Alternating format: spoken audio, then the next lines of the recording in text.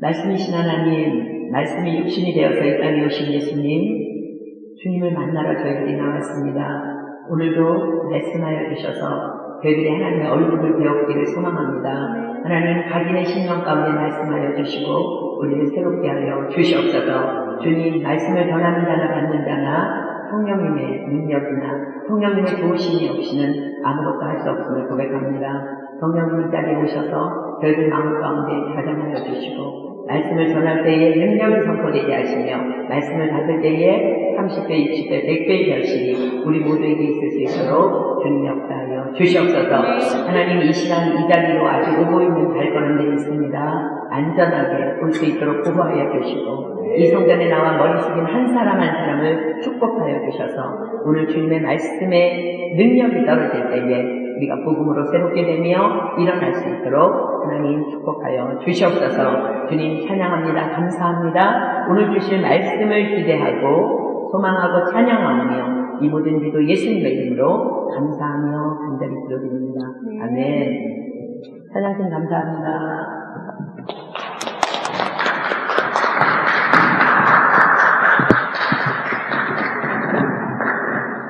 우리 오늘 마태복음 5장 1절로 16절 말씀 다 펴보겠습니다. 마태복음 5장 1절로 16절 말씀.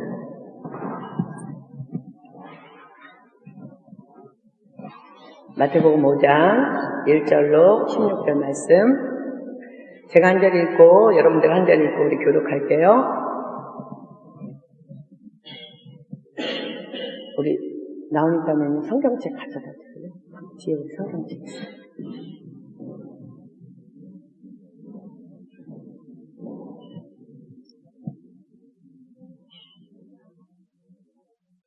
이왕이면 우리 요 뒤에 있는 사람들 요 앞으로 중간자리 빈 자리로 와서 앉으면 좋을 것 같아요. 우리 지선자매하고 아스트리드하고 요 중간자리로 여기 와서 앉으면 좋겠어요.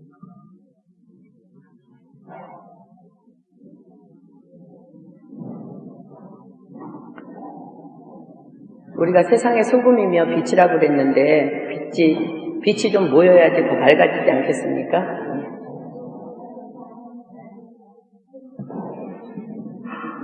마태복음 5장 1절로 16절 말씀 우리 다 찾았으면 교독하도록 하겠습니다. 제가 한 절 읽고 여러분들 한 절 읽고. 예수께서 무리를 보시고 산에 올라가 앉으시니 제자들이 나아온지라. 심령이 가난한 자는 복이 있나니 천국이 저희 것이며 온유한 자는 복이 있나니 저희가 땅을 기업으로 받을 것이며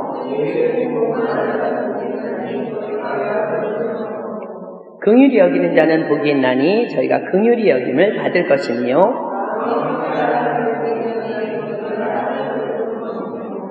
화평케 하는 자는 복이 있나니 저희가 하나님의 아들이라 일컬음을 받을 것이며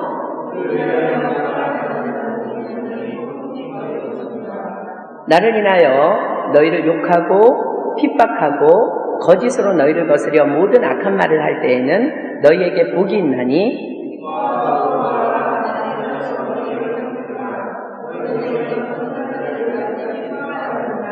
너희는 세상의 소금이니 소금이 만일 그 맛을 잃으면 무엇으로 짜게 하리요? 후에는 아무 쓸데없어 다만 밖에 버리워 사람에게 밟힐 뿐이니라.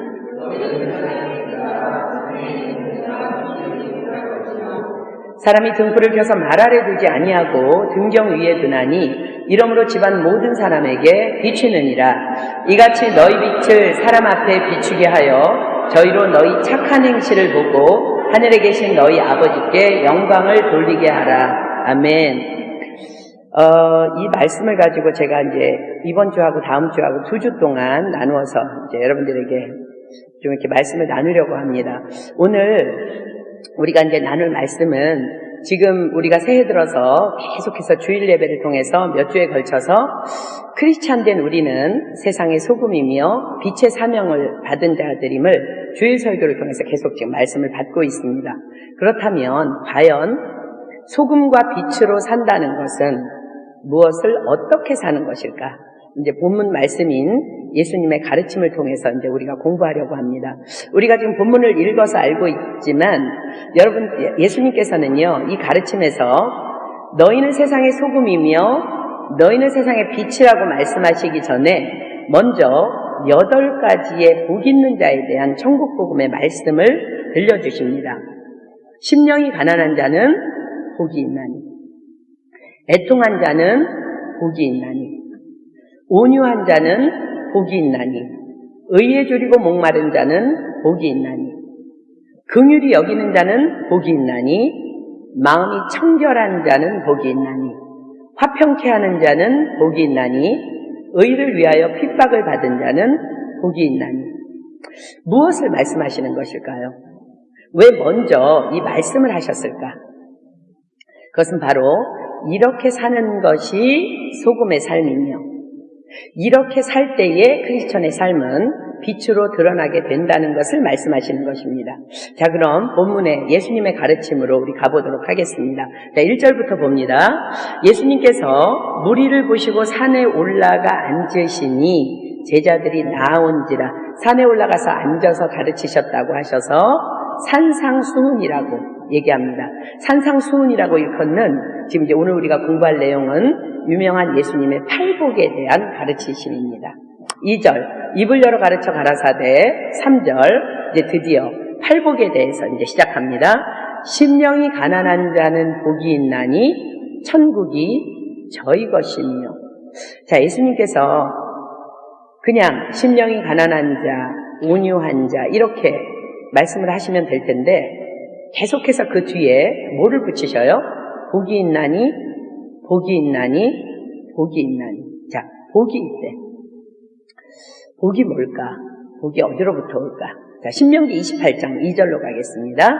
신명기 28장 2절. 천천히 찾겠습니다. 신명기 28장 2절. 우리 이번 송구영신 예배 때 암송한 말씀이죠. 신명기 28장 2절. 자, 이렇게 하나님께서 우리에게 기록하십니다. 내가 내 하나님 여호와의 말씀을 순종하면 이 모든 복이 내게 임하며 내게 미치리니. 자, 복은 과연 어디로부터 오며 복의 근원이 누구일까? 뭐라고 말씀하세요? 하나님이시라고 말씀하세요. 내 하나님 여호와의 말씀을 순종하면 이 모든 복이 내게 임하면 내게 미친대. 주님께로부터 오는 것입니다. 그렇기 때문에 복의 근원은 하나님이십니다. 자, 로마서 11장 36절로 가겠습니다. 로마서 11장 36절. 로마서 11장 36절. 오늘 대부분 찾는 말씀은 우리가 16주 동안 제자 훈련하면서 다 찾은 말씀이에요. 로마서 11장 36절. 제가 읽습니다. 이는 만물이 주에게서 나오고 주로 말미암고 주에게로 돌아갑니다. 영광이 그에게 세세에 있으리로다. 아멘. 주에게서 나오고 주로 말미암되 모든 것들, 우리가 지금 기대하고 있는 모든 축복들, 모든 것들이 그분에게서 나온다는 거예요. 우리 찬송가 28장 여러분들 기억합니까? 복의 근원 강림하사 찬송하게 하소서. 여러분 기억합니까? 그렇습니다. 모든 복은 하나님께로부터 오는 것이며 하나님 안에 있다는 거예요. 이 찬송을 지은 로빈슨이라는 사람은요, 8살 때 아버지가 돌아가셨대요. 아버지가 돌아가시고 그의 어머니에 의해서 14살이 되던 해에 런던으로 보내어집니다. 어머니는 그 로빈슨을 영국 런던으로 보낸 이유는 이발 기술을 배우도록 그곳으로 보내요. 그렇지만 그는 그곳에서 수년 동안 이름난 폭력단과 함께 이렇게 관계를 맺고 그들과 교제하면서 방탕한 생활을 했다 그래요. 그러나 그곳에서 정말 하나님의 역사하심으로 핏필드라는 목사님을 만나게 되고 그 목사님의 복음적인 그 설교, 힘찬 설교에 크게 감명을 받고 그리스도께로 돌아오게 됩니다. 그때 나이가 이제 17살이었는데 이 찬송시는 복의 근원 강림하사 찬송하게 하소서, 이 찬양은 그의 영이 거듭난 후에 23살 때 쓴 것이라고 해요. 그 로빈슨이 세상의 모든 것을 어린 나이에 다 경험한 후에 고백한 그의 고백의 기도이기도 합니다. 복의 근원 강림하사 찬송하게 하소서. 복의 근원이 하나님이심을 깨닫는 순간부터 우리 성도들의 할 일은요, 딱 하나밖에 없어요. 오직 그분을 찬양하고 찬송하는 것 그것뿐입니다. 세상으로부터 오는 그 어떤 부귀 영화도 복이 아니라는 것을 깨닫게 된 로빈슨의 고백은 지금도 많은 후배 성도들에 의해서 교회 예배 때마다 또 혹은 또 가정에서 이제 혼자 생활할 때 많은 성도들에 의해서 지금 이제 그 찬양이 불려지고 있습니다. 그 로빈슨은 그 후에 하나님의 부르심을 받고 이제 감리교회에서 목회자로서의 삶을 살면서 이제 생을 마쳤다고 해요. 자, 우리도 속지 말아야 될 것. 야고보서 1장 16절로 17절 보겠습니다. 야고보서 1장 16절로 17절. 우리가 너무나 세상에 속아서 복이 마치 하나님이 아닌 세상으로부터 오는 것이 복이라고 착각해요. 복은 하나님께로 오는 것이며 하나님은 복의 근원이시며 복 그 자체이십니다. 야고보서 1장 16절로 17절. 여러분들이 펜이 있다면 줄을 쳤으면 좋겠습니다.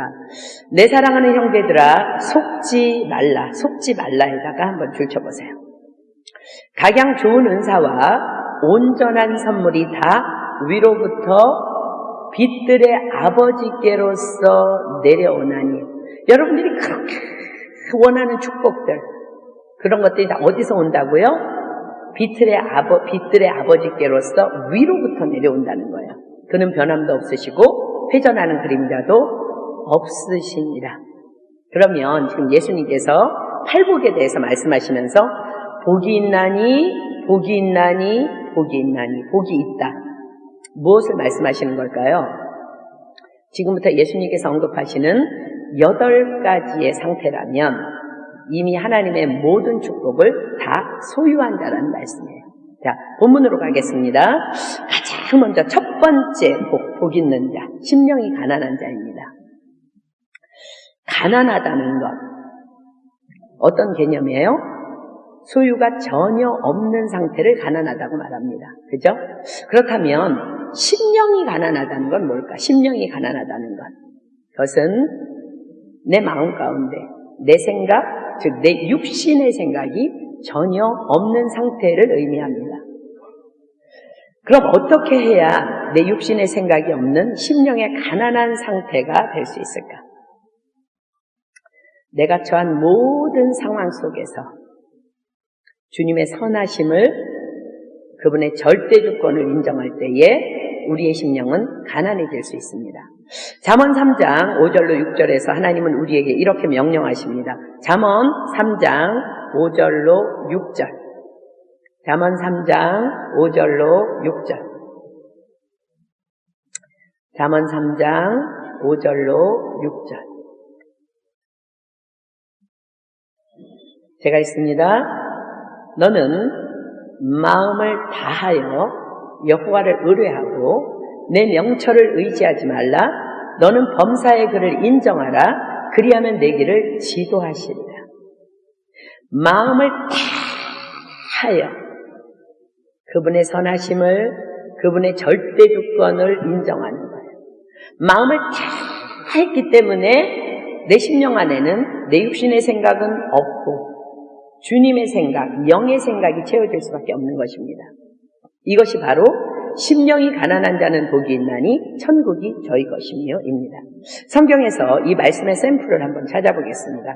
사무엘하로 가겠습니다. 사무엘하 15장. 사무엘하 15장 13절 14절 그리고 16장 5절로 13절 두 군데 볼게요. 사무엘하 15장 구약성경 사무엘하 15장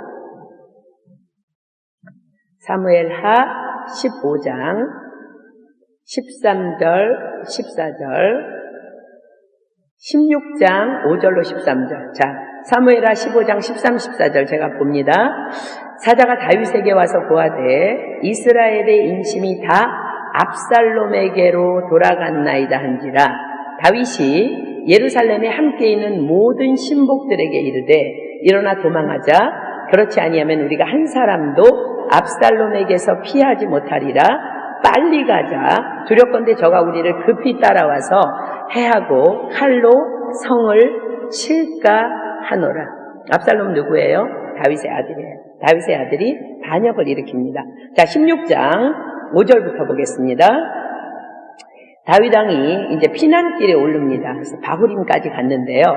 다윗 왕이 바후림의 이름에 거기서 사울의 집 족속 하나가 나오니 게라의 아들이요 이름은 시므이라. 저가 나오면서 연하여 저주하고 또 다윗과 다윗 왕의 모든 신복을 향하여 돌을 던지니 그때 모든 백성과 용사들은 다 왕의 좌우에 있었더라. 시므이가 저주하는 가운데 이와 같이 말하니라. 피를 흘린 자여 비루한 자여 가거라 가거라. 사울의 족속의 모든 피를 여호와께서 내게로 돌리셨도다. 그 대신에 내가 왕이 되었으나 여호와께서 나라를 내 아들 압살롬의 손에 붙이셨도다. 보라 나는 피를 흘린 자인고로 화를 자취하였느니라. 수르야의 아들 아비새가 왕께 여짜오되 이 죽은 개가 어찌 내 주 왕을 저주하리이까. 청컨대 나로 건너가서 저의 머리를 베게 하소서. 왕이 가로되 수르야의 아들들아 내가 너희와 무슨 상관이 있느냐. 저가 저주하는 것은 여호와께서 저에게 다윗을 저주하라 하시니 내가 어찌 그리하였느냐 할 자가 누구겠느냐 하고 또 아비새와 모든 신복에게 이르되 내 몸에서 난 아들도 내 생명을 해하려 하거든 하물며 이 베냐민 사람이랴. 여호와께서 저에게 명하신 것이니 저로 저주하게 버려두라. 혹시 여호와께서 나의 원통함을 감찰하시리니 오늘날 그 저주 까닭에 선으로 내게 갚아주시리라 하고 다윗과 그 종자들이 길을 갈 때에 시므이는 산비탈로 따라가면서 저주하고 저를 향하여 돌을 던지며 티끌을 날리더라.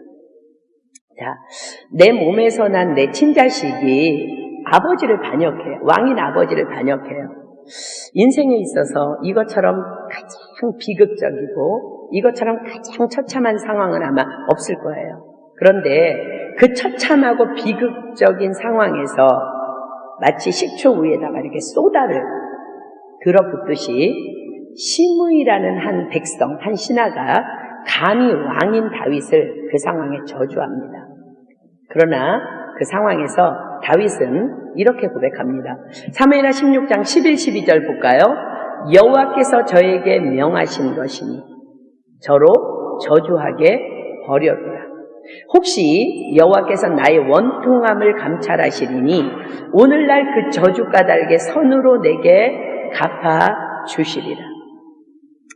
그는 이 상황이 주님께로부터 왔음을, 그리고 주님의 선하심을, 주님의 절대 주권을 인정하기로 결정합니다. 바로 이 상태가 심령이 가난한 자는 복이 있나니 천국이 저희 것이미요의 상태입니다. 천국이 저희 것이래요. 천국이 내 것이래. 무슨 상태일까요? 그 어떤 내면의 갈등도 없는 평안의 상태입니다. 주님은 약속하십니다. 범사에 여호와를 인정하라. 그리하면 되기를 지도하시리라. 거기다가 덧붙여서 잠언 3장 8절은 이렇게까지 약속하세요. 이것이 내 몸에 양약이 되어 내 골수로 윤택하게 하리라.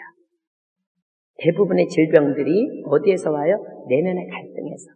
스트레스로 말미암아 온다는 거예요. 그러나 심령이 가난한 자는 천국을 소유한다고. 내면의 갈등이 없는 평안의 상태를 하나님이 약속하십니다. 자, 본문 4절 두 번째 복 있는 자, 애통하는 자입니다. 애통하는 자. 자, 여러분들 가운데 오늘 이 심령이 가난해야 된다는 이 팔복에 대한 말씀을 처음 듣는 사람은 없을 거예요. 우리는 심령이 가난해야 함을 너무나 잘 알고 있어. 너무나 잘 알고 있어. 그럼에도 불구하고 얼마나 자주 그 말씀의 능력 앞에서, 알지만 그 말씀의 능력 앞에서 갈등하는 어리석음에 머물러 있는지 몰라요. 여러분, 갈등하는 이유가 뭘까? 심령이 가난한 자는 복이 있나요? 그래, 하나님을 인정해야 돼. 하나님은 선하신 분이야. 하나님의 절대주권 인정해야 돼. 라고 하는 거 알면서 왜 갈등할까? 왜? 로마서 7장 22절로 24절이 정확하게 대답합니다. 로마서 7장 22절로 24절. 로마서 7장 22절로 24절. 자, 여러분의 마음이 이곳에 기록됩니다. 로마서 7장 22절로 24절. 내 속사람으로는 하나님의 법을 즐거워하되 그렇죠, 여러분들. 하나님 법 지키고 싶잖아요. 그죠? 근데 내 지체 속에서 한 다른 법이 내 마음의 법과 싸워 내 지체 속에 있는 죄의 법 아래로 나를 사로잡아 오는 것을 보는도다. 오호라, 나는 곤고한 사람이로다. 이 사망의 몸에서 누가 나를 건져내랴. 왜 갈등하는 거예요? 여러분들 심령이 가난해야 되는 건 아는데 왜 갈등해요? 하나님 인정해야 되는 거 머릿속으로 아는데 왜 갈등해요? 정확하게 사단에게 속은 것입니다. 그렇다면 이 영적 전쟁을, 무엇이 이 영적 전쟁을 승리로 이끄는 방법일까? 다윗처럼 그냥 마음을 다하여 범사의 여호와를 인정하는 것입니다.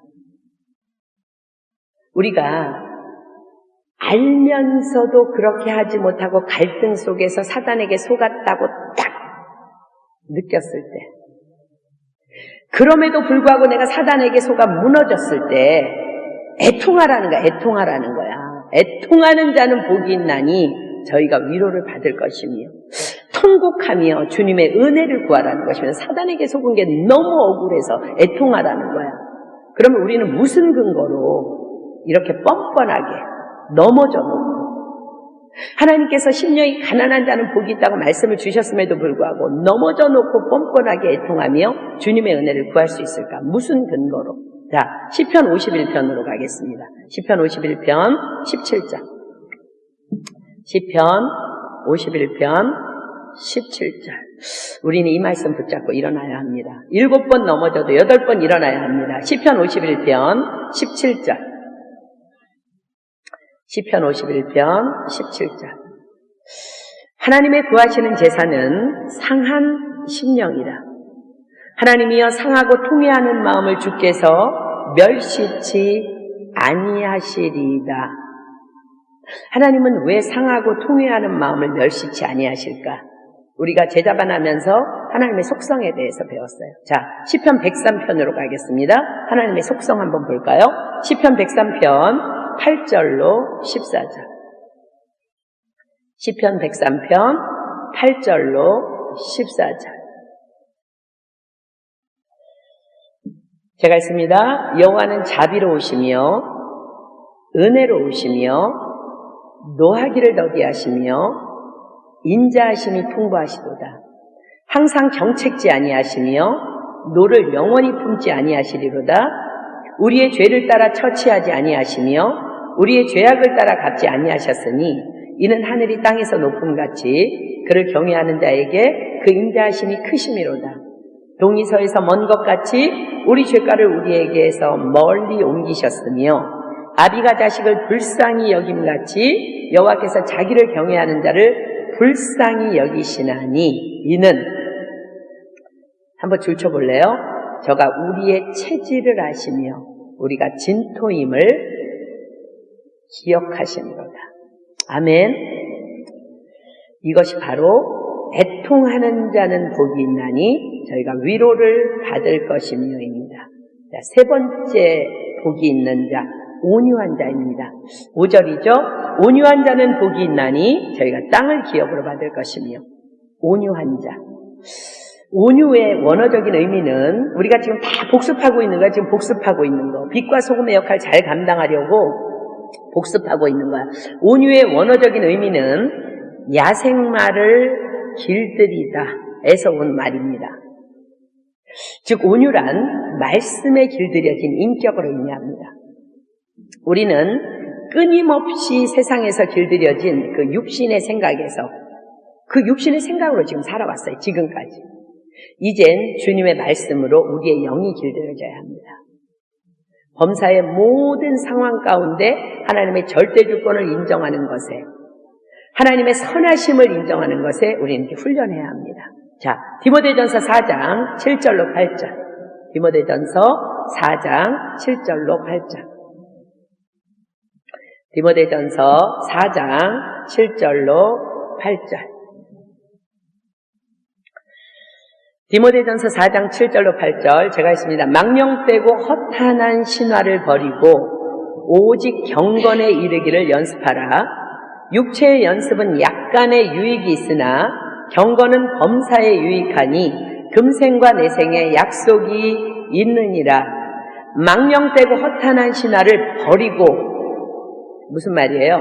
세상으로부터 오는 모든 육신의 생각을 버리는 것으로부터 경건의 훈련이 시작된다는 거예요. 다윗은 왕이었어요. 우리가 아까 말씀을 읽은 것처럼 게다가 수많은 충성된 신하들이 자신을 따르고 있었어요.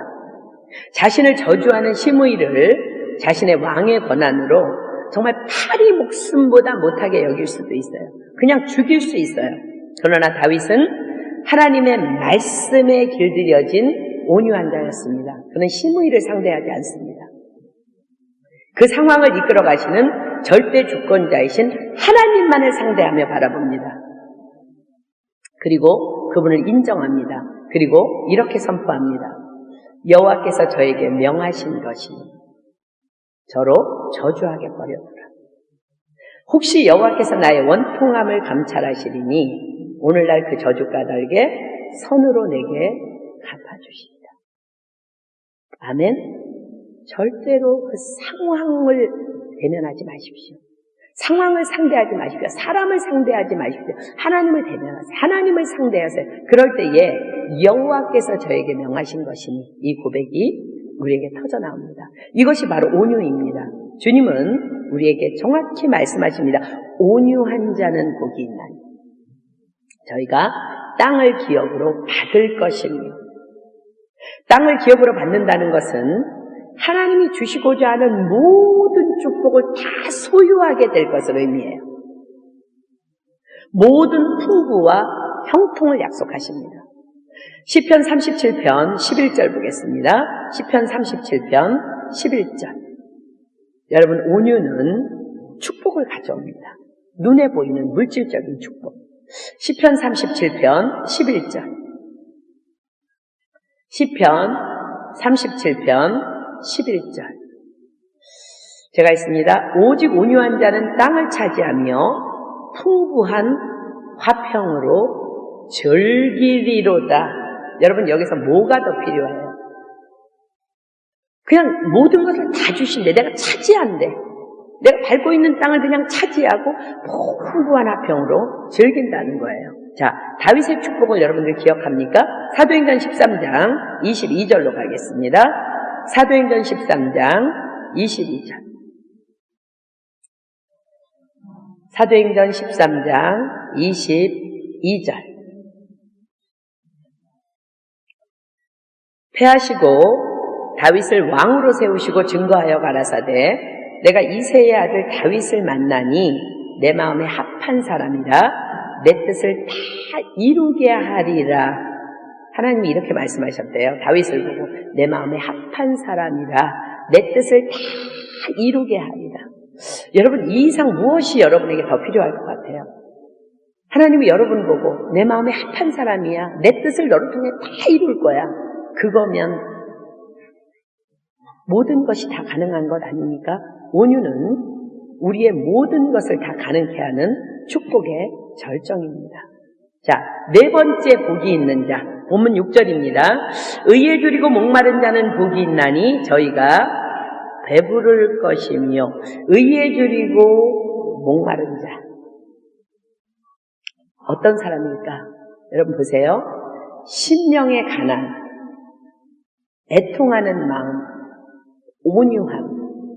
과연 어떻게 이 상태를 계속 유지하면서 믿음 안에서 살아갈 수 있을까, 우리가? 그죠? 사실 여러분, 심령이 가난한 자는 천국을 소유할 것이라고 말씀하시고, 애통하는 자는 위로를 받을 것이라고 말씀하시고, 온유한 자는 땅을 기업으로 차지할 것이라는 것을 말씀하시지만, 지금 여러분들의 눈앞에 마치 도깨비 방망이를 휘두르시듯이 뿅 하고 그 축복들이 여러분 눈앞에 정확하게 지금 당장 나타나는 그런 상태가 아니에요. 하나님의 말씀이기 때문에 우리가 순종하며 기대하며 기다리며 심령이 가난하기 위해서, 또 넘어지면 애통하기 위해서, 또 애통할 때에 정말 그러고 나서 또 하나님의 말씀에 길들여진 인격으로 온유하기 위해서 그렇게 나아가는 자들은 줄이고 목마른 자들만이 할 수 있는 믿음의 싸움입니다. 하나님의 뜻에 줄이고 목마른 자들만이 할 수 있는 오래 참음의 인내를 필요로 하는 영적 강인함이 있어야만 가능합니다. 히브리서 11장 1절은 이렇게 말씀하십니다. 히브리서 11장 1절.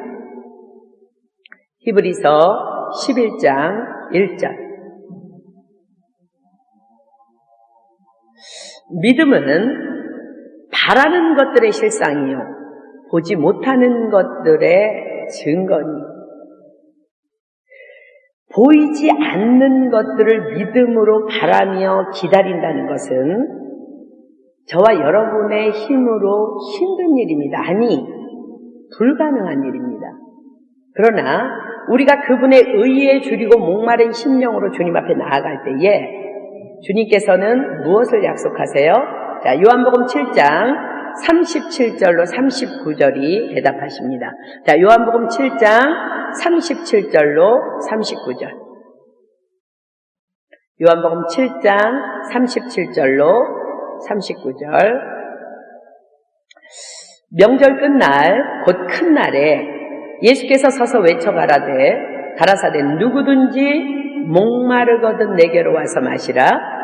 나를 믿는 자는 성경의 이름과 같이 그 배에서 생수의 강이 흘러나리라 하시니 이는 그를 믿는 자에 받을 성령을 가리켜 말씀하신 것이다.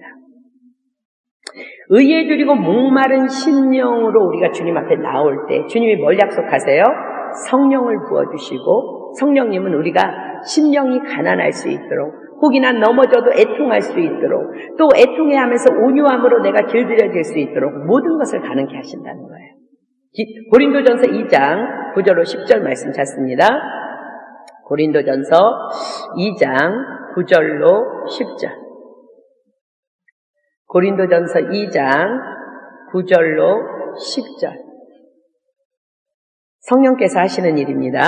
기록된 바 하나님이 자기를 사랑하는 자들을 위하여 예비하신 모든 것은 눈으로 보지 못하고 귀로도 듣지 못하고 사람의 마음으로도 생각지 못하였다 함과 같으니라. 오직 하나님이 성령으로 이것을 우리에게 보이셨으니 성령은 모든 것 곧 하나님의 깊은 것이라도 통달하시느니라. 아멘. 그럼 어떻게 모든 것을 통달하시는 이 성령님의 능력을 맛보아 알 수 있을까? 그것은 예수님께서 정확하게 누가복음에 기록하십니다. 강청하는 간절한 부르짖음의 기도를 통해서만 가능하다고 말씀하십니다. 자, 누가복음 11장 5절로 13절 비겠습니다. 누가복음 11장. 누가복음 11장 5절로 13절. 누가복음 11장 5절로 13절. 또 이르시되 너희 중에 누가 벗이 있는데 밤중에 그에게 가서 말하기를 벗이여 떡 3덩이를 내게 빌리라. 내 벗이 여행 중에 내게 왔으나 내가 먹일 것이 없노라 하면 저가 안에서 대답하여 이르되 나를 괴롭게 하지 말라. 문이 이미 닫혔고 아이들이 나와 함께 침소에 누웠으니 일어나 내게 줄 수가 없노라 하겠느냐. 내가 너희에게 말하노니 비록 벗됨을 인하여서는 일어나 주지 아니할지라도 펜 있으면 줄 치십시오. 그 강청함을 인하여 일어나 그 소용대로 주리라. 내가 또 너희에게 이르노니 구하라. 그러면 너희에게 주실 것이요. 찾으라. 그러면 찾을 것이요. 문을 두드리라. 그러면 너희에게 열릴 것이니 구하는 이마다 받을 것이요. 찾는 이가 찾을 것이요. 두드리는 이에게 열릴 것이니라. 너희 중에 아비된 자 누가 아들이 생선을 달라 하면 생선 대신에 뱀을 주며 알을 달라 하면 전갈을 주겠느냐? 너희가 악할지라도 좋은 것을 자식에게 줄 줄 알거든 하물며 너희 천부께서 구하는 자에게 성령을 주시지 않겠느냐 하시니라. 여러분, 성령님은요 모든 것을 통달하세요. 근데 우리가 왜 그렇게 못 살아요? 강청함의 기도가 없기 때문에. 예레미야 33장은 그 강청함을 다른 말로 얘기해서 부르짖으라고 얘기해요. 예레미야 33장 2절로 3절 보겠습니다. 예레미야 33장 2절로 3절. 저는 수없이 여러분들이 찾고 있는 이 말씀이 여러분의 말씀이 되기를 소망합니다. 저는 요즘에 우리 교회 안에 문제가 있어서 꼭 해결받아야 되는 몇몇 지체들을 놓고 기도할 때마다 하나님 앞에 이 말씀을 선포합니다. 하나님, 기도하면 하나님이 일을 행하신다 그랬죠. 주여 성취하신다 그랬죠. 그리고 당신은 절대로 변함이 없는, 거짓이 없는 신실하신 여호와시죠. 제가 기도합니다. 하나님 행하십시오. 내가 부르짖으면 응답하시고 보여주신다고 말씀하셨으니까 행하십시오. 그렇게 주장하고 교회 안에 문제 있는 지체들을 위해서 기도합니다. 자, 예레미야 33장 2절로 3절 봅니다. 이를 행하는 여호와, 그것을 지어 성취하는 여호와, 그 이름을 여호와라 하는 자가 이같이 이르노라. 너는 내게 부르짖으라. 내가 내게 응답하겠고 내가 알지 못하는 크고 비밀한 일을 내게 보이리라. 아멘. 이것이 바로 의에 줄이고 목마른 자는 복이 있나니 저희가 배부를 것이미요. 배부르다는 것은 뭐예요? 우리는 성령으로 말미암아 넉넉히 배부른 영적 상태를 유지할 수 있다는 거예요. 고린도후서 9장 8절은 우리에게 이렇게 말씀하십니다. 고린도후서 9장 8절. 하나님은요, 성령을 통해서 우리에게 이렇게 역사하세요. 고린도후서 9장 8절. 하나님이 능히 모든 은혜를 너희에게 넘치게 하시나니, 누구에 의해서? 성령에 의해서. 너희로 모든 일에 항상 모든 것이 넉넉하여 모든 착한 일을 넘치게 하게 하려 하십니다. 아멘. 자, 다섯 번째 복 있는 자, 긍휼히 여기는 자입니다. 본문 7절. 긍휼히 여기는 자는 복이 있나니 저희가 긍휼히 여김을 받을 것이며. 자, 잘 들어보세요, 여러분. 심령이 가난하려고 다윗처럼 몸부림을 쳐본 자, 그러나 그럼에도 자꾸 무너지고 쓰러지는 자신 까닭에 애통해 본 자, 그래서 말씀으로 길들여진 인격을 소유하기 위해서 막 온유를 훈련해 본 자, 그러나 그 모든 것이 기도를 통한 성령님의 도우심으로만 가능하기 때문에 의에 줄이고 목마른 심령으로 부르짖어 기도하고 있는 자, 여기까지의 훈련을 통과해 본 자만이 다른 사람의 실수와 허물 앞에서 긍휼한 마음을 가지고 긍휼히 여길 수 있게 됨을 예수님 말씀하십니다. 혹이나 지금까지 우리가 잘해왔다 할지라도 우린 넘어질 수 있어요. 다른 사람을 너그러운 마음으로 긍휼히 여길 때 우리 또한 우리의 실수와 허물에 대해서 하나님에게 긍휼하심을 입을 수 있다는 것입니다. 이것이 바로 긍휼히 여기는 자는 복이 있나니 저희가 긍휼히 여김을 받을 것이며의 의미입니다. 여러분들, 예수님이 그냥 이렇게 설교하신 게 아니고요. 여러분들의 심령이 가난해야 되고, 넘어졌을 때 애통해야 되고, 애통했을 때 내가 온유함으로 나를 말씀으로 길들여주기 위해서 몸부림쳐야 되고, 의에 줄이고 목마른 심령으로 기도해야 되고, 그래야만 긍휼히 여길 수 있는 마음이 되기 때문에 여러분들이 절대로 영적인 생활을 할 때 이 순서를 놓치면 안 돼요. 이거 순서는 절대적으로 지켜야 됩니다. 그 다음에 여섯 번째, 마음이 청결한 자입니다. 마음이 청결한 자. 8절이죠. 마음이 청결한 자는 복이 있나니 저희가 하나님을 볼 것이며. 마음이 청결한 자, 삶의 모든 상황 속에서의 영적 거룩으로 의미합니다. 우리는 신앙생활을 하면서 하나님에 대한 많은 지식을 쌓아갑니다. 오늘도 여러분들에게 지식이 쌓아질 수 있어요. 그죠? 성경 공부를 통해서, 설교를 통해서, 매일 말씀을 읽으면서 지식을 이제 쌓아갈 수 있어요. 그러면서 어느 순간부터 자신도 인식하지 못한 채 습관적인 위선을 행하는 죄악 가운데 서 있는 경우가 너무나 많이 있습니다. 우리는 남들에게 보이기 위해서 때로는 우리의 마음 상태를 숨기고 심령이 가난한 척, 애통한 척, 온유한 척, 의에 줄이고 목마른 척, 긍휼히 여기는 척 얼마든지 위장할 수 있습니다. 여러분 다 해봤죠? 많은 부모님들이, 믿음의 부모님들이 그런 일들이 참 많아요. 본인은 그렇게 살지 못하면서 너무 지식이 많기 때문에 그렇게 자기는 그렇게 살고 있는 양 위장하고 그렇게 할 수 있어요. 그러나 우리 하나님을 속일 수는 없습니다.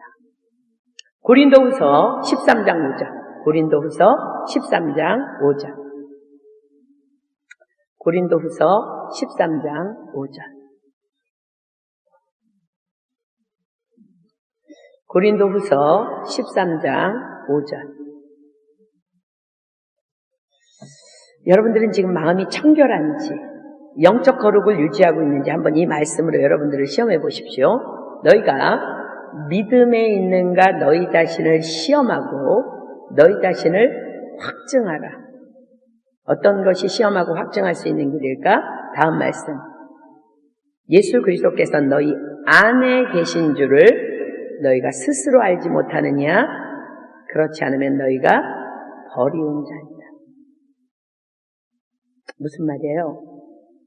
하나님의 임재 안에서 내 안에 계신 성령님을 느끼며 그분의 임재 안에서 그분의 면전 앞에서 그분의 눈앞에서 말하고 행동하는 것, 그것이 믿음이며 영적 거룩이라는 거예요.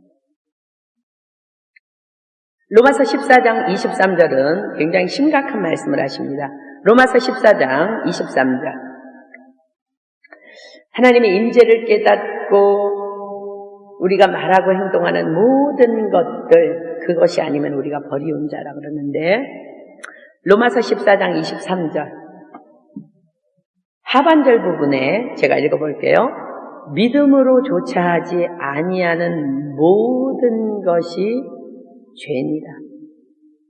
하나님의 임재를 느끼지 못하고 하나님과 함께 하심을, 하나님의 면전에 있음을 느끼지 못하고 말하고 행동하는 위선적인 모든 것들 다 죄라고 말씀하세요. 심령이, 마음이 청결한 자는 복이 있나니 하나님을 볼 것이며, 뒤집어서 뭐예요? 우리가 위선적이면 하나님 절대 볼 수 없다. 왜 볼 수 없을까? 이사야 59장 1절로 2절 봅니다. 이사야서 59장 1절로 2절. 이사야 59장 1절로 2절.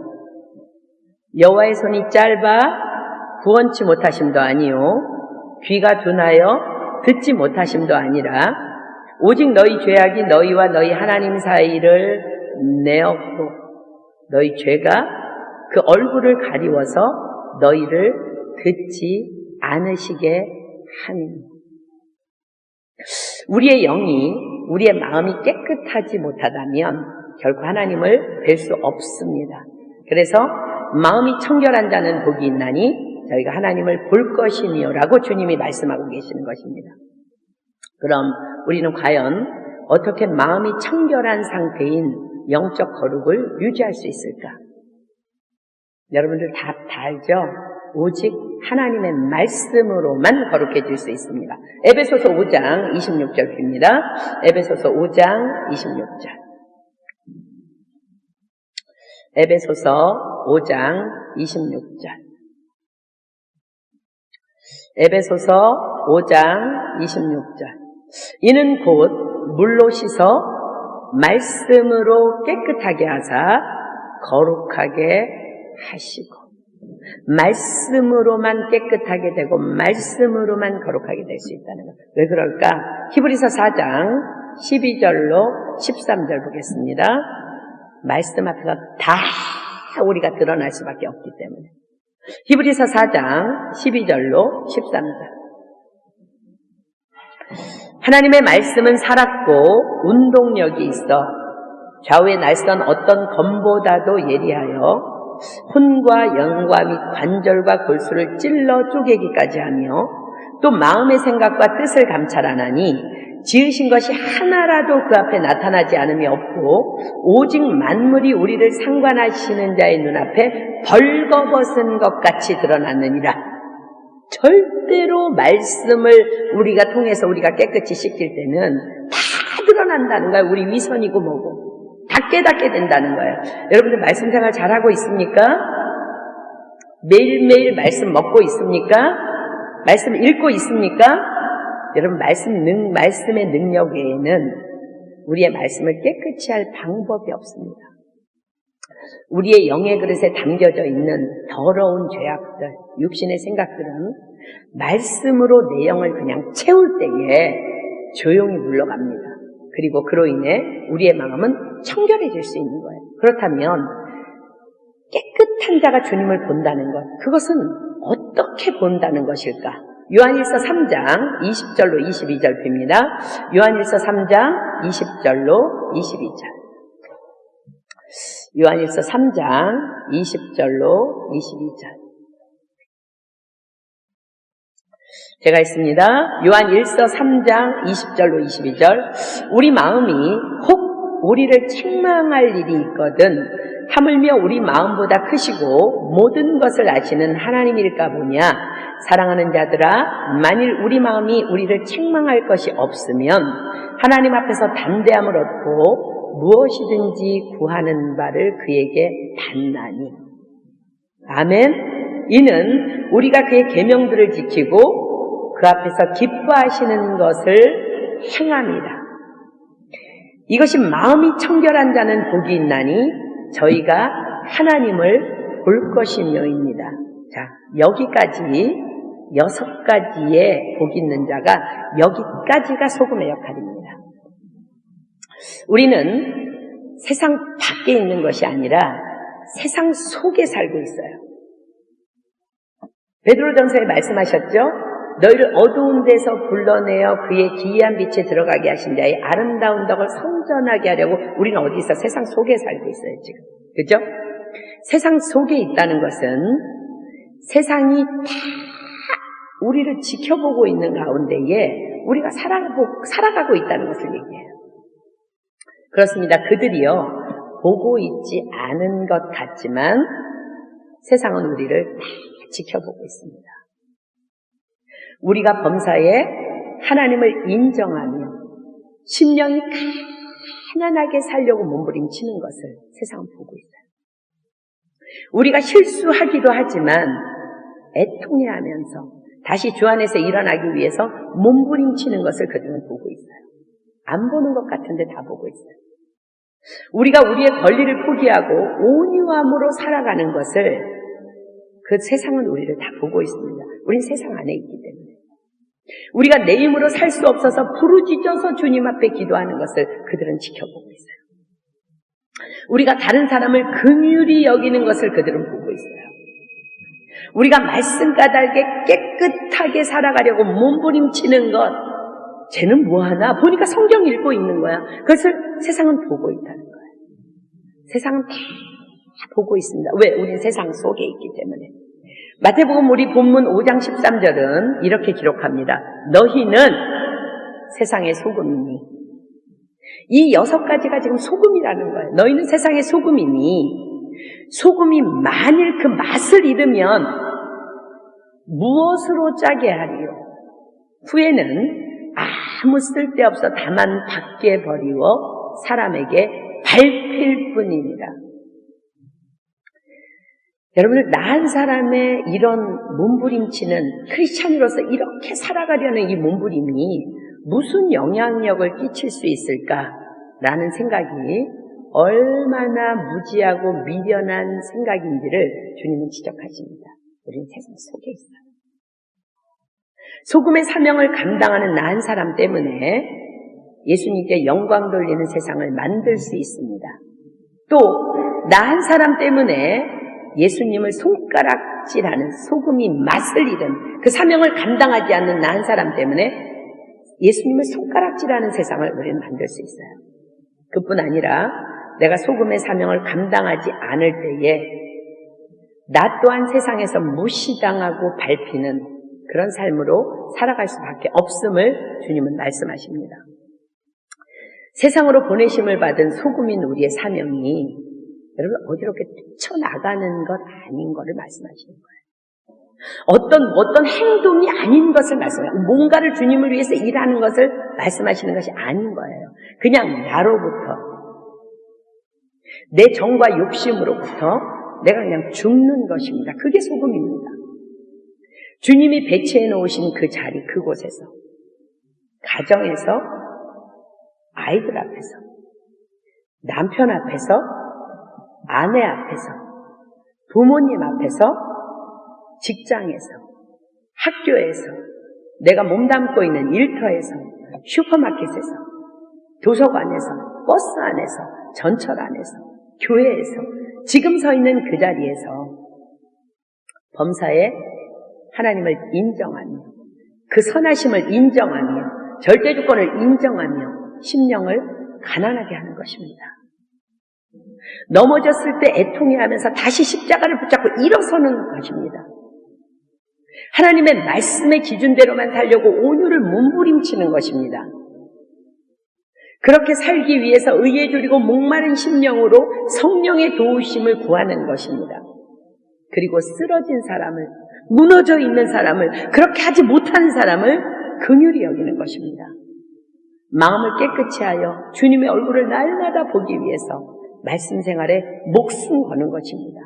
그저 이렇게 살아가면 되는 것입니다.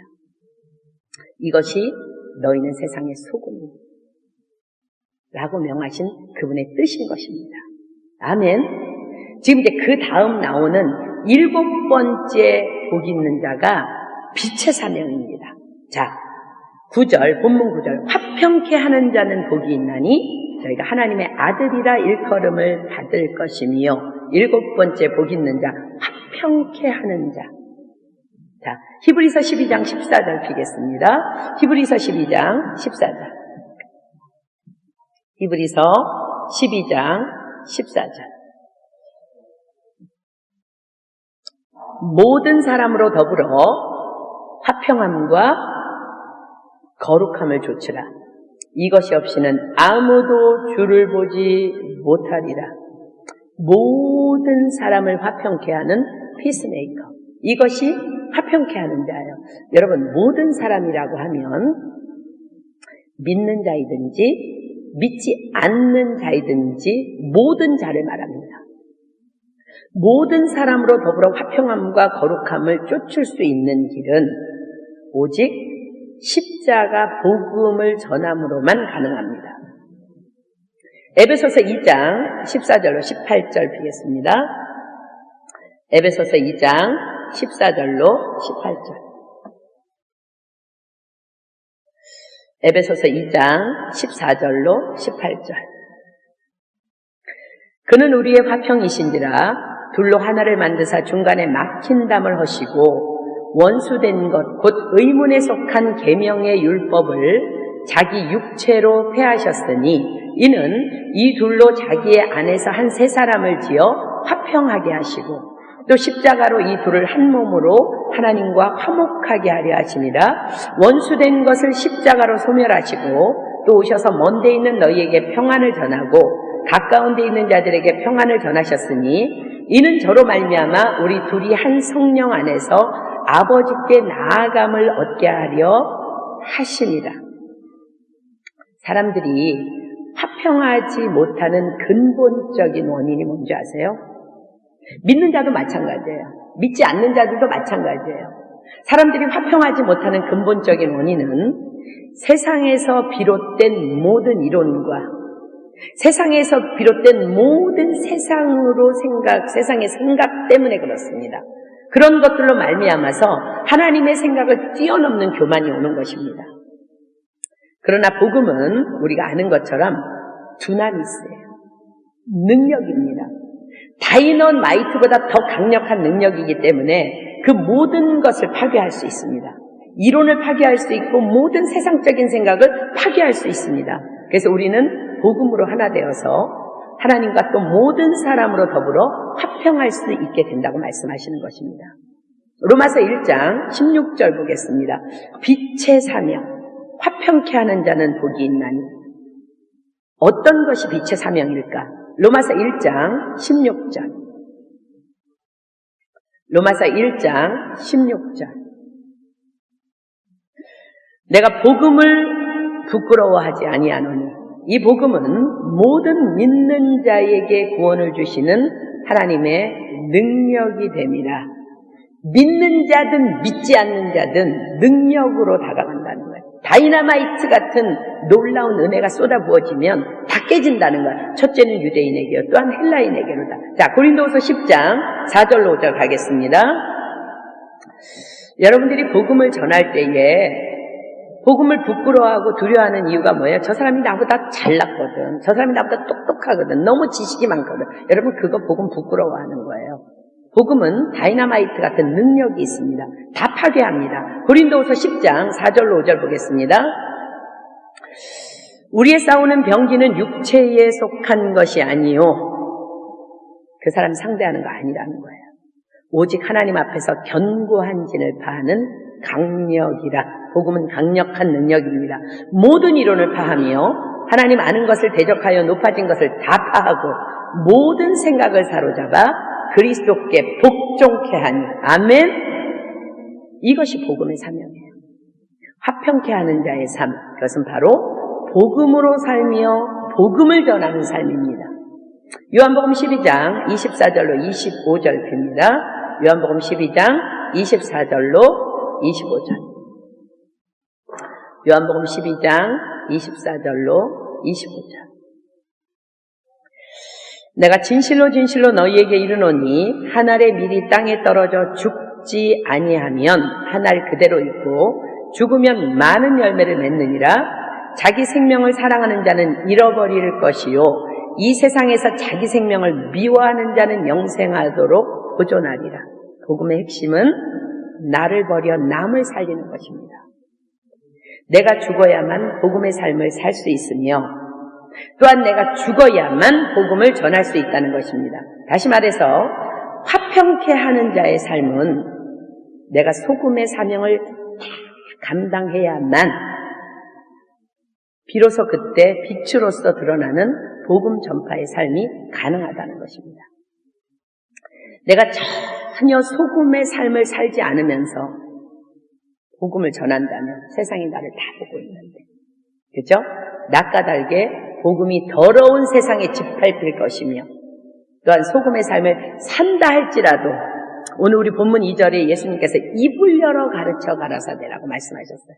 내가 소금의 삶을 살아. 그런데 입을 열어서 복음을 전하지 않는다면 그 세상은 하나님과의 화평을 도무지 이룰 수 없을 것입니다. 마태복음 7장 5절로 6절 보겠습니다. 마태복음 7장 5절로 6절. 마태복음 7장 5절로 6절. 외식하는 자요. 먼저 내 눈 속에서 들보를 빼어라. 그 후에야 밝히 보고 형제의 눈 속에서 티를 빼리라. 복음을 전하기 전에 외식을 청산하라는 거예요. 거룩한 것을 개에게 주지 말며 너희 진주를 돼지 앞에 던지지 말라. 저희가 그것을 발로 밟고 돌이켜 너희를 찢어 상할까 염려하라. 우리의 가증스런 외식하는 신앙을 청산하고 소금으로서의 사명을 감당할 때 복음은 복음될 것이며 세상은 과연 우리를 보고 살아계신 하나님을 만나게 될 것입니다. 그리고 비로소 세상과 우리는 주 안에서 하나 되는 화평을 이루게 될 줄 믿습니다. 내가 소금의 삶을 살지 않으면서 복음을 전한다면 그 거룩한 것을 개나 돼지에게 던지는 거라는 거예요. 화평케 하는 자는 복이 있나니 저희가 하나님의 아들이라 일컬음을 받을 것이며 복음으로 화평케 하는 자의 삶, 이것이 바로 빛의 사명입니다. 자, 우리 본문 마태복음 5장 14절 16절 한번 볼까요? 마태복음 5장 14절로 16절. 너희는 세상의 빛이라. 여러분, 우리의 사명이면서 한국말로 얘기하면 팔자소관이에요. 우리는 세상 속에 있어요. 세상의 소금으로 빛으로 주님이 그리 집어넣으셨어요.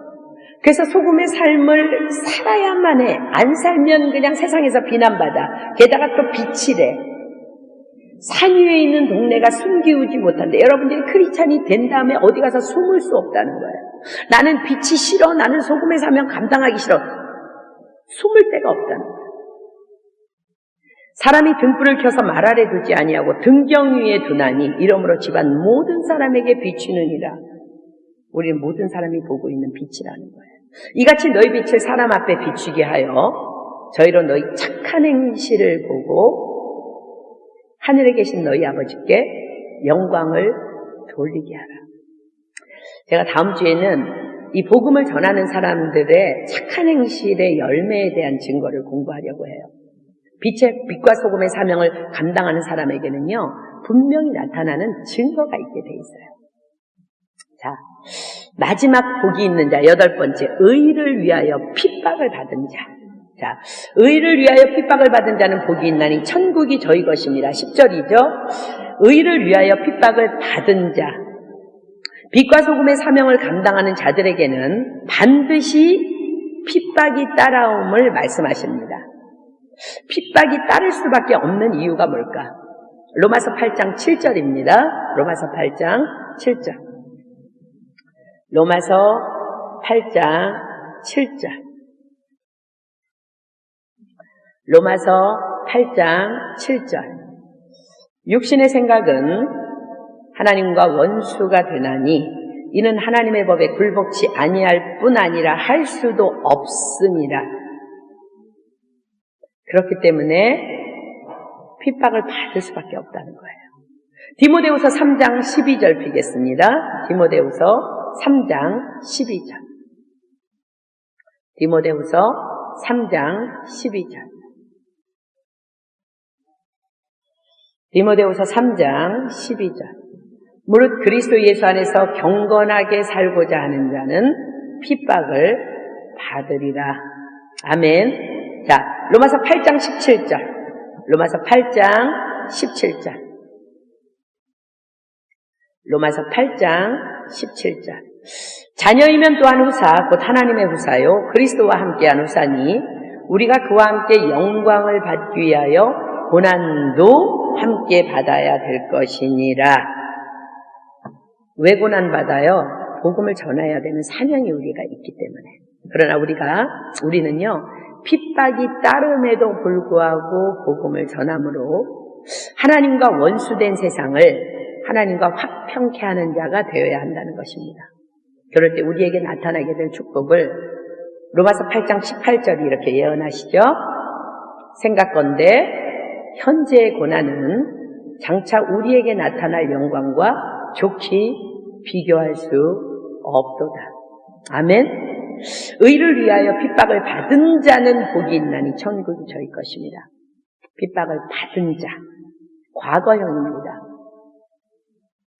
한 번도 핍박을 받은 적이 없다면 여러분들이 진정한 복음을 한 번도 전해보지 못하는 거예요. 소금으로서의 사명을 한 번도 감당해 본 적이 없는 거예요. 핍박을 받게 돼 있습니다. 핍박을 받은 자에게 주님이 뭐라고 말씀하세요? 11절, 본문 11절 봅니다.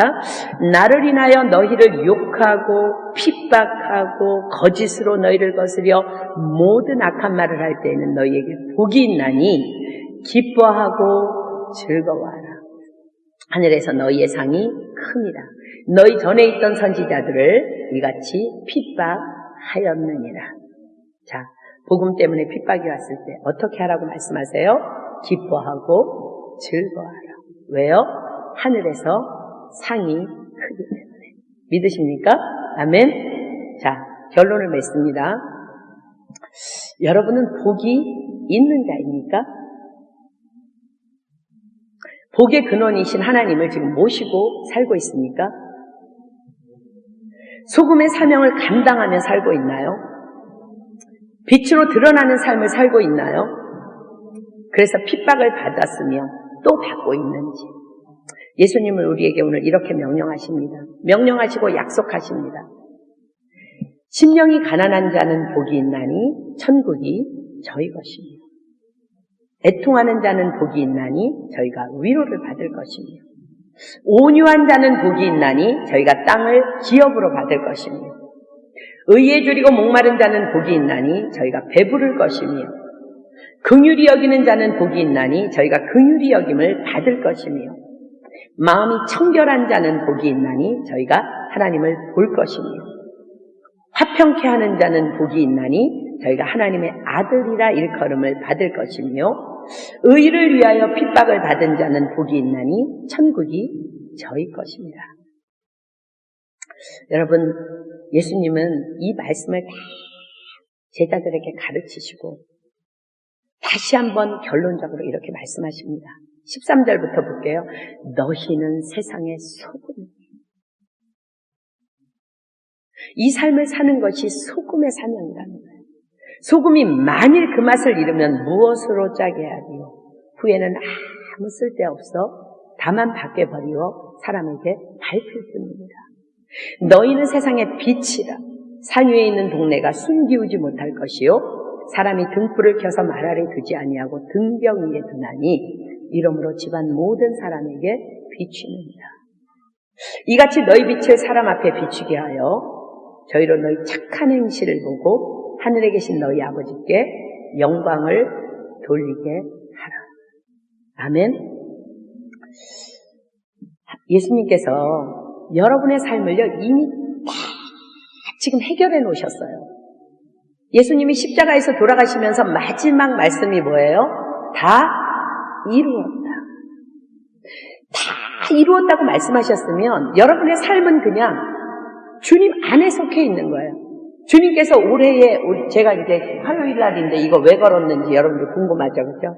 주님께서 여러분의 삶을 다 이루신 주님께서 저와 여러분에게 이제는 올해는 복음을 전하는 빛과 소금의 역할을 감당하는 삶을 살라고 그 다른 거 생각하지 말고 그의 나라와 의를 먼저 구하라고 너희들이 그렇게 살아갈 때에 여호와 그가 내 앞서 행하시고 믿으십니까?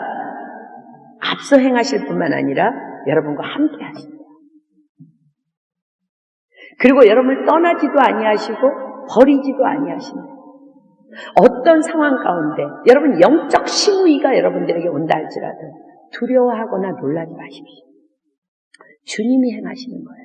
다윗의 영으로 그것을 바라보십시오. 하나님의 선하심을, 하나님의 절대주권을, 하나님께서 행하시는 그 범사를 인정할 때에 앞서 행하시는 그 하나님께서 우리와 함께 하시며 우리를 떠나지도 버리지도 아니하시니까 우리 모든 상황 가운데 두려워하지 말고 놀라지 말고 그냥 심령을 비우십시오. 그리고 넘어졌을 때 그냥 애통하십시오. 그리고 말씀으로 길들여진 인격으로 살기 위해서 온유하십시오. 그것이 소금의 역할이며 그 역할들을 감당할 때 빛으로 우리는 드러나게 된다는 거예요. 98년도에 여기서 유학했던 우리 학생이 한 번 저에게 이제 그런 얘기를 했어요. 정말 율동을 잘하는 자매였는데, 성사님 저희가요, 제가 제 기억으로는 국민학교 1학년 때 아버지가 그냥 쫙 망했대요. 완전히 망해서 그냥 막 빨간 딱지가 다다닥 붙어가지고 다 쫓겨났대요. 집에서. 그래서 시골에 있는 외할머니 집으로 가서 이제 자기네가 살게 됐는데, 자기가 그렇게 어린 나이에 국민학교 1학년인데 그렇게 할머니 눈치가 보이더래. 할머니가 우리를 미워하면 어떡하지? 엄마를 미워하면 어떡하지? 그렇게 눈치가 보이더래. 외갓집에 가 있는데. 그래서 자기가 외할머니를 너무나 도와서 정말 우리가 눈치 보지 않고 할머니의 이쁨을 받기 위해서 고안해낸 게 뭐냐면은 할머니가 보니까 매일 빨래를 삶는 거야. 그래서 빨래를 자기가 대야를 갖다가 비누를 넣고 할머니가 하는 걸 봤기 때문에 그래갖고 삶았는데 할머니한테 그날 저녁에 죽도록 맞았대. 왜 그랬냐면 그 다라가 플라스틱 다라였대. 그러니까 자기는 너무 그냥 어린 마음에 너무 할머니한테 뭔가를 잘 보이려고 너무 미안해서 자기네 가족이 다 와 있으니까. 왜 그래요? 그냥 가만히 있는 게 도와주는 거예요. 그럴 때는. 여러분들 그게 지혜예요. 하나님이요 우리한테 이렇게 말씀. 너희는 세상의 소금이야. 너희는 빛이야. 내가 니네 앞서 행할게. 그냥 하나님 앞에 뛰어나가지 마. 하나님 앞에 뛰어나가지 마. 뭐 잘하려고 그러지 마세요. 그냥 여러분 앞에 있는 그 모든 범상에 하나님 영적 신무이가 그냥 인정하십시오. 그리고 그거 못했을 때 그냥 애통하면 돼. 그리고 온유로 여러분들 인격을 정말 다듬으세요. 그리고 의에 줄이고 목마른 심령으로 기도하시고요. 쓰러진 사람 보면 긍휼히 여기고 그냥 정말로 하나님 내가 마음이 청결해서 하나님을 보기를 원한다는 마음으로 성경 읽고 그런 삶을 여러분들이 살면은 세상이 여러분들을 보고 있다가 너 왜 그렇게 살아? 소망에 관한 이유를 묻는 자들에게 복음을 전하는데 하나님보다 앞서 뛰어나가려고 하지 마십시오. 그러다 그냥 플라스틱 바가지 다 그냥 얼마나 미움을 받았는지 모르는데 그때를 자기가 잊을 수 없어요. 우리도 영적 생활에서요 너무 많아요. 하나님이 아직 시키지도 않아. 넌 그냥 가만히, 넌 국민학교 1학년이니까 넌 그냥 가만히 있어. 그냥 넌 그 자리에서 가만히 있어. 있는 게 도와주는 건데 하나님보다 앞서서 막 뛰어나가. 그러다가 그냥 복음을 망치고 복음을 짓밟히게 하고 예수님을 요구도 먹히고 일을 그르치고 상처받고 넘어지고 하나님 내가 왜 하나님 앞에서 내가 이렇게 선한 마음으로 좋은 일 하려고 했는데 왜 이런 일들이 나에게 돌아오냐고.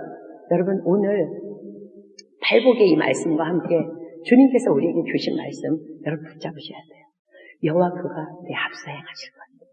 하나님 여러분 앞서 행하시니까 그냥 그분만 따라가세요. 너희는 가만히 있어 주가 하나님 되 말죠. 그냥 조용히 주님을 묵상하면 하나님이 할 일을 보여주실 거예요. 그리고 우리와 함께 하신대요. 나를 떠나지도 버리지도 않으시겠대요. 그러니까 모든 상황에서 그냥 십자가에서 다 이루신 그분 앞에서 두려워하지도 말고 놀라지 말고 가만히 계십시오. 올해 하나님께서 여러분을 통해서 놀라운 일을 행하실 줄 믿습니다. 저는 지금 몇 달 전부터 계속해서 2주에 우리 파리 TV에 50명의 캔디데이트를 보내달라고. 여러분 50명의 캔디데이트를 여러분 모을 수 있는 방법이 뭐예요? 그냥 여러분들이 소금의 사명을 있는 곳에서 감당하는 거예요. 빛의 사명을 감당하기 위해서 소금으로 계속 희생하고 녹는 거예요. 주변에 티지받지 않은 캔디데이트를 여러분 보고 여러분이 손 잡을 때 그 복음의 자리로 달려올 줄 믿습니다. 앞서 행하지 마십시오. 이 시간 우리 기도하겠습니다. 하나님 앞에 우리 기도할 때에 하나님 너희는 세상의 소금이며 너희는 세상의 빛이라고 우리를 세상으로 보내셨는데 제가 얼마나 수많은 세월 동안 맛을 잃은 소금으로 예수 그리스도의 얼굴에 먹칠을 하며 살았는지 오늘 회개합니다. 주님, 내가 내 생각과 내 고집과 내 이론들을 버리기를 소망합니다. 내 삶에 영적인 심의가 왔을 때에 다윗의 영으로 주님만을 바라보게 하여 주시옵소서. 심령이 가난한 자는 복이 있나니 천국이 할 것이며 주님 그 말씀을 붙잡습니다. 주님 오늘 결단하지만 넘어질 때 십자가의 은혜를 붙잡고 다시 애통하며 일어나길 소망합니다. 그리고 당신의 말씀으로만 몸부림치며 온유함으로 길들여지기를 소망합니다. 하나님 내가 의에 줄이고 목마른 자가 되기를 소망하며 주변에 넘어진 자를 긍휼히 여기는 자가 되기를 소망하며 내가 말씀으로 나를 깨끗하게 씻어서 주님의 얼굴을 날마다 배우기를 소망합니다. 그래서 주님 내가 세상과 하나님을 화평케 하는 자가 되기를 소망합니다. 그것이 나에게 핍박이 따라온다 할지라도 나는 기뻐하며 즐거워하겠습니다. 이 시간 우리 빛과 소금의 사명을 감당하기 위해서 주님께서 주신 메시지를 붙잡고 정말 주여 삼창하고 주님 앞에 몸부림치며 나아가서 정말 하나님께서 맡겨주신 그 사명을 감당하는 우리 모두가 될 수 있도록 우리 부르짖어 기도하겠습니다. 지금부터 10분 동안 주님 앞에 기도합니다. 주여 삼창합니다. 시작! 주여! 주여! 주여! 오 하나님 우리 찬양팀 나와서 찬양 한 곡 하고 우리 마칠게요. 찬양팀 나오겠습니다. 오늘 우리 두 번째 불렀던 찬양 한번 주님 앞에 드려볼까요?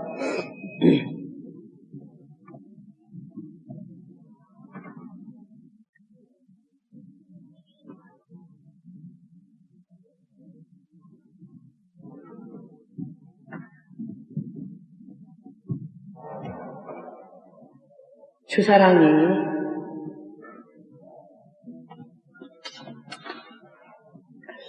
하나님께서는 여러분을 빛과 소금의 사명을 허락하시고 여러분 앞서 행하고 계십니다. 우리가 이 고백이 우리에게 있으면 좋겠습니다. 주 사랑이 나를 숨쉬게 세상 그 어떤 어려움 속에도 주 은혜로 나를 돌보시며 세상 끝날까지 지켜주시는 우리 믿음의 고백으로 주님 임재 안에서 주님의 면전 앞에서 믿음으로 찬양합니다.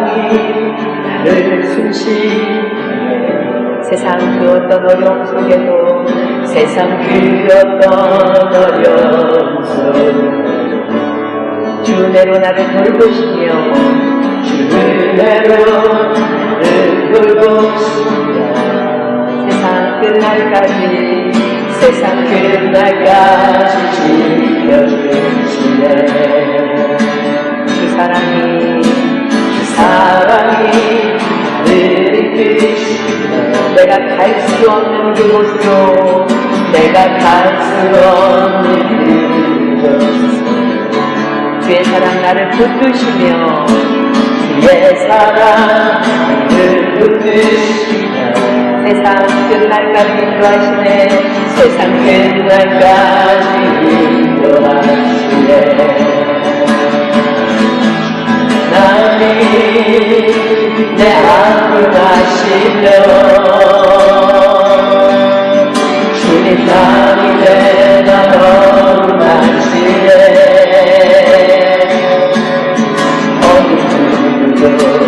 나를 향하시니 주님의 사랑을 끊을 수 없네 나니 내 능력이시며 주님 나니 나의 구원이시네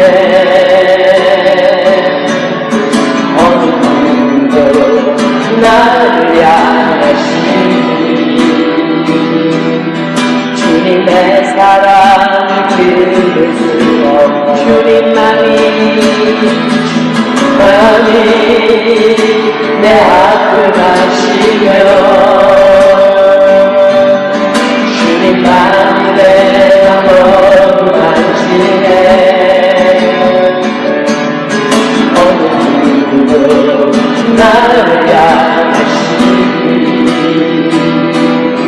주님의 사랑을 끊을 수 없네 나니 내 능력이시며 주님만이 나의 구원이시네 어느 누구도 나를 향하시니 주님의 사랑을 끊을 수 없는 어느 누구도 나를 향하시니 주님의 사랑을 끊을 수 없네 그렇습니다. 너희는 세상의 소금이니 소금이 만일 그 맛을 잃으면 무엇으로 짜게 하리요? 후에는 아무 쓸데없어 다만 밖에 버리워 사람에게 밝힐 뿐이니라. 너희는 세상의 빛이라 산 위에 있는 동네가 숨기우지 못할 것이요 사람이 등불을 켜서 말 아래 두지 아니하고 등경 위에 두나니 이러므로 집안 모든 사람에게 비추느니라. 이같이 너희 빛을 사람 앞에 비추게 하여 저희로 너희 착한 행실을 보고 하늘에 계신 너희 아버지께 영광을 돌리게 하라. 아멘. 이 시간 누구든지 한 사람이 말씀 주신 하나님 앞에 감사기도 했으면 좋겠습니다. 그리고 우리 주님께서 가르쳐 주신 기도로 우리 오늘 모임 회하도록 하겠습니다.